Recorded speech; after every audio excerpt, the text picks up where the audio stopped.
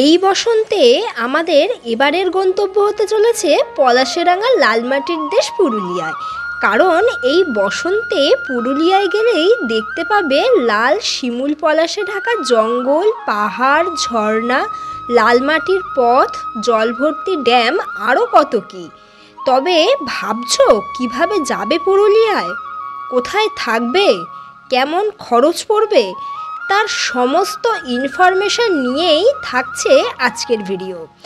আর সাথে থাকছে by road আর বাই ট্রেন কিভাবে পুরুলিয়ায় আসবে তার সমস্ত তথ্য। তাই স্কিপ না করেই সম্পূর্ণ ভিডিওটি দেখতে থাকো আর আমাদের সাথে থাকো।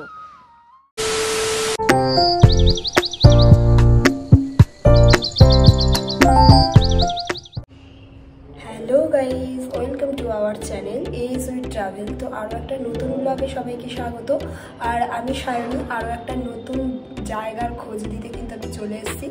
আর আজকে কিন্তু গাইজ আরও একটা অফবিট জায়গার সন্ধান দেবো। আর আমি কিন্তু আছি এখন পুরুলিয়ায়। আর পুরুলিয়ায় আমি কীভাবে এসেছি, কোন কোন রুট দিয়ে এসেছি, আর তার সাথে কোন রুট নিয়েছি, আর তার সাথে কিন্তু থাকছে পুরুলিয়ার বিভিন্ন অফবিট জায়গা। তো সমস্ত সব কিছু মিলিয়ে কিন্তু থাকছে আজকের ভিডিও।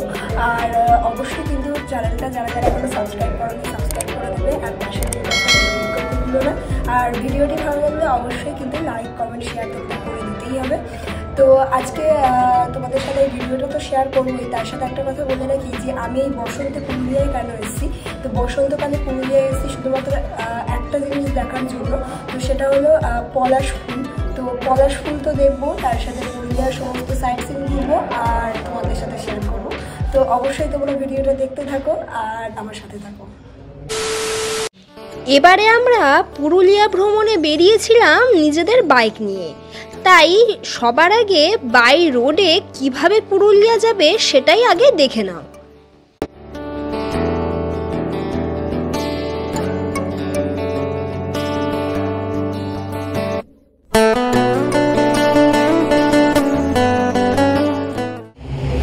তো বন্ধুরা, এখন কিন্তু আমি আছি কল্যাণী মোড়ে। তো এরপরেই কিন্তু কল্যাণী এক্সপ্রেস হয়ে ধরে আমরা যাব।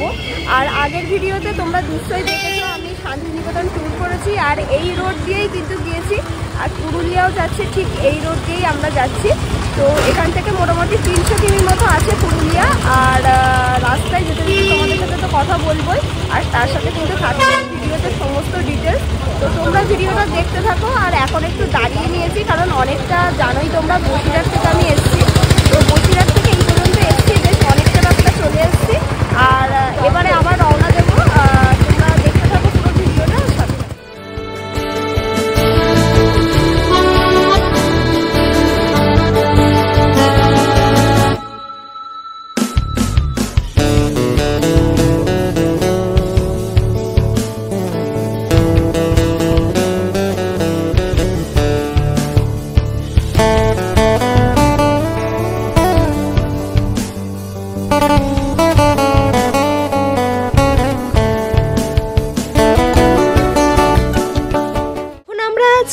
ন্যাশনাল হাইওয়েতে 19 নম্বর জাতীয় সড়কের ওপর। এখান থেকে পূর্ব বর্ধমানের শক্তিগড় হয়ে আমরা যাব বাঁকুড়ার সোনামুখীতে। তবে যারা ট্রেনে করে পুরুলিয়ায় আসবে ভাবছো তাদের জন্য বলে রাখি, হাওড়া থেকে প্রচুর ট্রেন পেয়ে যাবে পুরুলিয়ায় আসার জন্য। হাওড়া থেকে অনেক ট্রেনের মধ্যে দুপুর 12টা 50-এ হাওড়া রাঁচি ইন্টারসিটি সুপারফাস্ট এক্সপ্রেসে চেপেই চলে আসতে পারো পুরুলিয়ায়। তবে পুরুলিয়া স্টেশনে না নেবে বরাঘুম স্টেশন অথবা ঝালদা জংশনে নামতে পারো। এছাড়াও হাওড়া থেকে অন্যান্য ট্রেন টাইম টেবিল আমি আমার ডেসক্রিপশন বক্সে দিয়ে দিলাম, অবশ্যই ডেসক্রিপশনটা চেক করে নিও। স্টেশনের বাইরে থেকে হোটেলে যাওয়ার জন্য প্রচুর গাড়িও পেয়ে যাবে। A few moments later. তো গাইজ এখন একটু রেস্ট নিতে দাঁড়িয়েছি। আর এখন যেখানে আছি জায়গাটার নাম হচ্ছে এটা বাঁকুড়াতে, বাঁকুড়ার সোনামুখীতে এখন আমি আছি।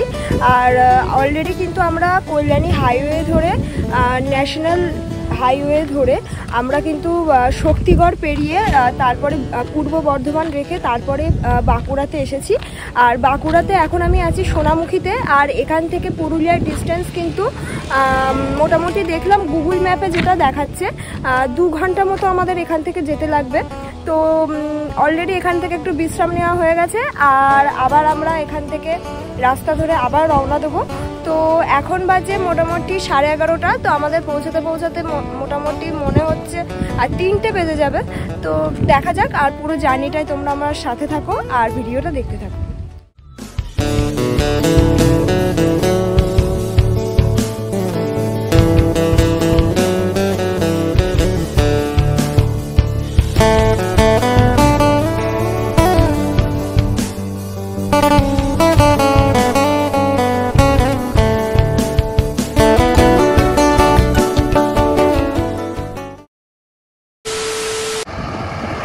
গাইস, এবারে আমরা বাঁকুড়ার থেকে পুরুলিয়ায় ঢুকছি।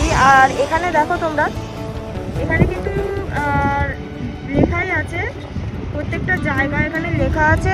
আর এখান থেকে কিন্তু পুরুলিয়ার দূরত্ব গুগল ম্যাপে যেটা দেখলাম আর রাস্তায় যেটা লেখা ছিল 84 কিমি এখান থেকে পুরুলিয়ার দূরত্ব। তো আমরা এখন এই রোডটা ধরেই যাব। তো চলো তোমরা দেখতে থাকো পুরো ব্লগটা।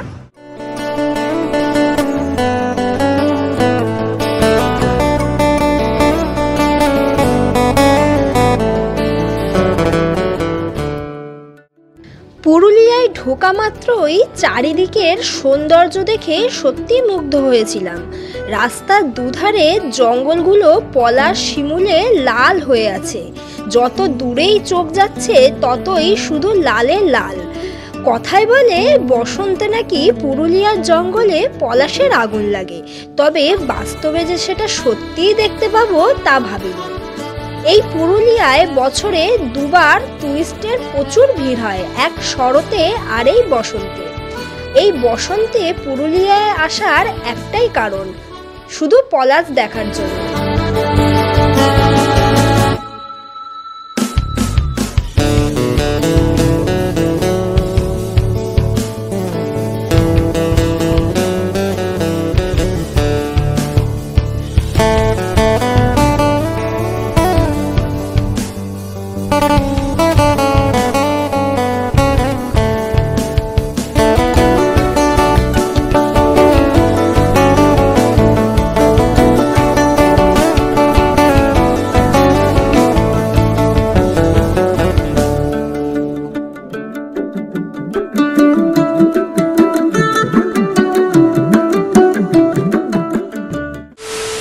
পুরুলিয়া টাউনে ঢুকতে এখনো আমাদের হাতে বেশ কিছুটা টাইম বাকি।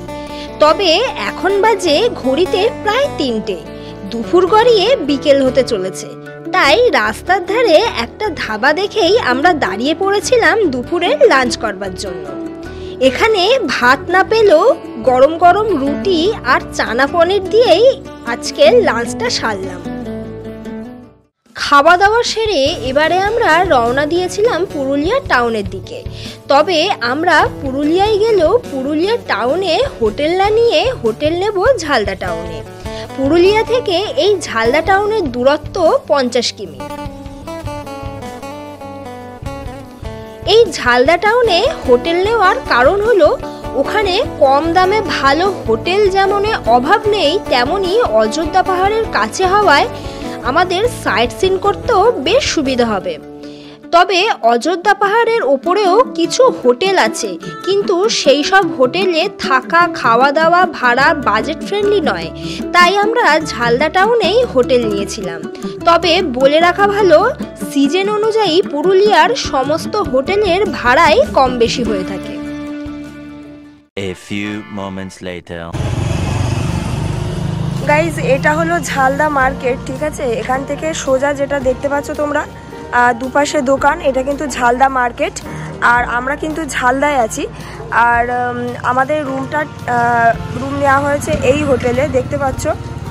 এটা হচ্ছে বিনায়ক গেস্ট হাউস, এখানে নাম লেখা আছে আর ফোন নাম্বার আছে, আমি ডেসক্রিপশন বক্সে দিয়ে দেবো, অবশ্যই তোমরা চেক করে নিও। আর এই হোটেলে কিন্তু আমাদের রুম নেওয়া হয়েছে। তো আমাদের আসতে একটু লেট হয়ে গেছে, তো তার জন্য সন্ধ্যা হয়ে গেছিলো বলে ঘরে গিয়ে ফ্রেশ হয়ে দেন তারপরে তোমাদের সাথে দেখাচ্ছি। তো এটা কিন্তু ঝালদা মার্কেট, এখান দিয়ে এসেছি আমরা, আর এটা হচ্ছে হোটেল। তো চলো এখন তাহলে আমরা যে হোটেলে রুম নিয়েছি সেটা এখন তোমাদের সাথে আমি শেয়ার করব। তো চলো তাহলে। এই হোটেলে কিন্তু তোমাদের টু হুইলার কিংবা ফোর হুইলার আনলে কিন্তু পার্কিংয়ের জন্য আলাদা জায়গা আছে। তো ওই যে জায়গাটা দেখতে পাচ্ছ আমাদের গাড়িগুলো সব ওখানেই পার্কিংয়ের জন্য ওখানে সারা রাত আজকে থাকবে। তো চলো তাহলে এবার ভেতরে যাওয়া যাক। আর ওই যে সামনে যেটা দেখছো ওটা কিন্তু রিসেপশন। তো চলো, রাস্তা দিয়ে অনেক গাড়ি যাচ্ছে, দেখে শুনে পার হতে হবে, কারণ আমি রাস্তার ওই সাইডে ছিলাম, তোমাদের দেখাবো বলে রাস্তার ওই সাইডে ছিলাম। তো এখান দিয়ে কিন্তু গাড়িগুলো সব ঢুকবে। আর চলো তাহলে সামনে গিয়ে তোমাদের, হ্যাঁ আসছে এক্ষুনি আসছে। তো এখান দিয়ে কিন্তু হোটেলের আর কি গাড়িগুলো এখানেই রাখা হবে। আর ভেতরটা চলো তোমাদেরকে দেখাই। ভেতরটা কিন্তু খুবই সুন্দর, দেখতেই পাচ্ছ, এটা পুরো একদম ঘরোয়া বাড়ির মতো। আর এক্সট্রা কিন্তু ওয়াশরুম এখানে রয়েছে। আর দেখতেই পাচ্ছ পুরো জায়গাটা তোমরা দেখো, পুরো একটা মানে কি বলবো নিজেদের বাড়ির মতো, পুরো মানে কি বলবো একটা বড় উঠোন। আর এই সাইডে কিন্তু রুমগুলো রয়েছে। তো আমাদের রুম কিন্তু 700 টাকা পড়েছে। আমাদের এই রুমটা বুকিং হয়েছে আর এই রুমটা বুকিং করা হয়েছে। তো তোমাদের যে কোনো একটা রুম আমি দেখাই। তো চলো, তো এই হলো আমাদের রুম, দেখতেই পাচ্ছ রুমটা বেশ বড়। তো 700 টাকায় বেশ বড় রুম। এখানে ডাবল বেড আছে, আর হচ্ছে এখানে দুটো ব্যাগ রেখেছি আমরা, আর দুটো চেয়ার আছে, এখানে একটা টেবিল একটা চেয়ার আছে, ঠিক আছে। আর এখানে একটা আয়না আছে, জামা কাপড় রাখার জন্য এখানে হুক করা রয়েছে, রাখতে পারো। এখানে পর্দা আছে, একটা পর্দার ওই দিকটা কি আছে দেখি, ওই এখানে জানলা আছে, জানলাটা তোমরা খুলতে পারবে দিনের বেলা, রাত্রে বলে আমি খুললাম না। আর বাথরুমটা তোমরা একটু দেখে নাও, বাথরুমটা বেশ পরিষ্কার পরিচ্ছন্ন, গিজার আছে দেখতে পাচ্ছ। আর এখানে কিন্তু কমোড নেই, এটাই যা এই রুমের অসুবিধা। এই রুমের অসুবিধা নেই, এখানে কমোড নেই, এখানে এমনি নর্মাল টয়লেট করার রয়েছে। আর এখানে বেসিন রয়েছে, শাওয়ার রয়েছে। তো পরিষ্কার পরিচ্ছন্ন, দেখতেই পাচ্ছ, খুব যে নোংরা তা কিন্তু না। তো আমাদের এই রুমটা পরপর যে দুটো রুম নেওয়া হয়েছে, দুটো রুমই আমাদের পছন্দ হয়েছে। দুটো কিন্তু নন এসি রুম, তোমরা দেখতে পাচ্ছ এখানে তোমরা ফ্যান পাবে, কোনো রকম কিন্তু এসি তোমরা পাবে না এর মধ্যে। তো পাশের রুমটাও সেম, তো এই পাশের রুমটাও কিন্তু সেম। এখানে আয়নাটা একটু জাস্ট বড়, এছাড়া আর কিছু না। তো এই দুটো রুমই আমরা নিয়েছি, তো এখনও ডিসাইড করিনি কে কোনটায় থাকবে। তো চলো, এই হলো আমার রুম দেখানো কমপ্লিট মোটামুটি। আর এখন একটু মার্কেটে যাব, তো দেখতে থাকো গাইজ। এখন একটু রোডে বেরোলাম, আর যেটা দেখতে পাচ্ছ এটা কিন্তু ঝালদা মার্কেট। তো এখানে প্রচুর দোকানপাট আছে, সব রকম দোকানপাট তোমরা এখানে পেয়ে যাবে, জামা কাপড় থেকে শুরু করে। আর আমরা রাত্রেবেলা এখন একটু বেরিয়েছি, তার কারণ হলো রাত্রের ডিনারটা নেব বলে। আর ভাবছি একটু চা খাবো, তার কারণ আমার গলা একদম ভেঙে গেছে, অনেক সকালে বেরিয়েছি তো, আর হাওয়া লেগে আমার গলা একদম ভেঙে গেছে। তো আমরা যেহেতু ডিনারটা নেব বলে আর কি বেরোলাম মার্কেটে। তো পুরো মার্কেটটা ওই জন্য তোমাদের সাথে শেয়ার করছি। আর তো চলো তাহলে তোমরা ব্লগটা দেখতে থাকো। গাইজ, আমরা এই রাস্তা দিয়ে হেঁটে এসেছি, ঠিক আছে। এই রাস্তা দিয়ে হেঁটে এসে এই হোটেলটা দেখতে পেলাম, শ্রীমতী হোটেল অ্যান্ড লজ। এখানে থাকারও ব্যবস্থা আছে ওপরে, এছাড়া এদের খাওয়ার রেস্টুরেন্ট রয়েছে, দেখতেই পাচ্ছ নিচে। আর বেশ বড় রেস্টুরেন্টটা। তো এখান থেকেই আজকে আমরা রাতের লাঞ্চটা নিচ্ছি, যেহেতু আজকে সারাদিন ধরে রুটি খাচ্ছি তোমরা দেখলে। তো তার জন্যই হচ্ছে এখান থেকে এখন ভাত নিয়েছি। তো ভাত কিন্তু নর্মাল ভেজ আর কি আমাদের নিতে হয়েছে, নন ভেজ এখানে নেই। তো ভেজ কিন্তু এখানে 30 রুপিস পড়েছে পার প্লেট। তো তোমাদের উদ্দেশ্যে একটা কথা বলে রাখি, এখানে কিন্তু রাতের বেলা ভাত পাওয়া যায় না। তো যা হোক, এই রেস্টুরেন্টে ছিল বলে আমাদের হয়ে গেছে। কিন্তু রাত্রে কিন্তু এখানে ভাত পাওয়া যায় না। পুরুলিয়ায় আসলে অবশ্যই তোমরা আর এটা মাথায় রেখো, রাত্রেবেলা তোমরা কোনো হোটেলেই ভাত পাবে না, ঠিক আছে? তো তোমরা ব্লগটা দেখতে থাকো আর দেখা হচ্ছে তোমাদের সাথে আবার কাল সকালে, কারণ এখন আমি হোটেলে যাব, হোটেলে গিয়ে খাওয়া দাওয়া করে দেন তারপরে কাল সকালে কথা বলছি। তো সকলকে গুড মর্নিং। আর কালকে যেহেতু ব্লগটা শেষ করা হয়নি, আর আজকে আমরা সকালে উঠে পড়েছি সকাল সকাল, আর আজকে কিন্তু আমরা সাইট সিন করতে বেরোচ্ছি। পুরুলিয়ার প্রত্যেকটা জায়গা কিন্তু তোমাদের সাথে আমি শেয়ার করব আলাদা আলাদা ভিডিও করে।